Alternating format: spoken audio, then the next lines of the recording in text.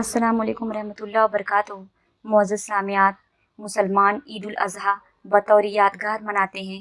یہ دراصل اس عظیم قربانی کی یادگار ہے جو حضرت ابراہیم علیہ السلام اور حضرت اسماعیل علیہ السلام نے خدا کے حضور میں پیش کی تھی۔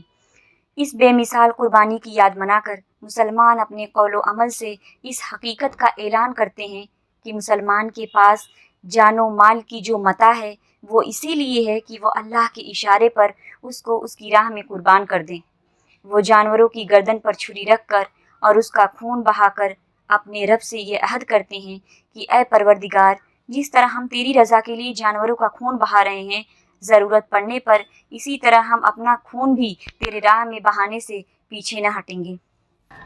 معزز سامعات، اسلام سے پہلے لوگ قربانی کر کے اس کا گوشت بیت اللہ کے سامنے لا کر رکھتے اور اس کا خون بیت اللہ کی دیواروں پر لتھیڑتے تھے۔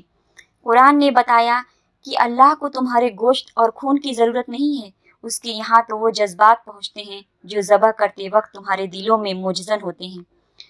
قربانی گوشت اور خون کا نام نہیں بلکہ اس حقیقت کا نام ہے کہ ہمارا سب کچھ اللہ کے لیے ہے اور اس کی راہ میں قربان ہونے کے لیے ہے۔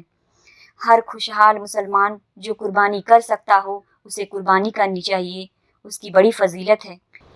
دوسری عبادتوں کی طرح قربانی کے لیے بھی خلوص نیت ضروری ہے۔ اگر کسی سے محض گوشت کھانے یا نام و نمود کے لیے قربانی کی تو اللہ کے ہاں اس کی قربانی نہیں ہوگی۔ جو شخص قربانی کا ارادہ کر لے اس کے لیے مسنون ہے کہ ذی الحجہ کا چاند دیکھنے کے بعد قربانی کا جانور ذبح کرنے تک نہ جسم کا بال کاٹے اور نہ ناخن کتروائے، اور جو افراد قربانی نہ کر رہے ہوں ان کے لیے بھی اہتمام کرنا افضل ہے۔ رسول اللہ صلی اللہ علیہ وسلم نے فرمایا، قربانی کا جانور عیبدار یعنی لنگڑا، اندھا، کانا یا انتہائی لاغر نہیں ہونا چاہیے، اور قربانی کا جانور دو دانت والا ہونا چاہیے۔ اور جب تم جانور کو ذبح کرو تو عمدہ طریقے سے ذبح کرو۔ تم میں سے ہر ایک کو چاہیے کہ اپنی چھری تیز کر لے اور جانور کو دیر تک تڑپنے کے لیے نہ چھوڑ دے۔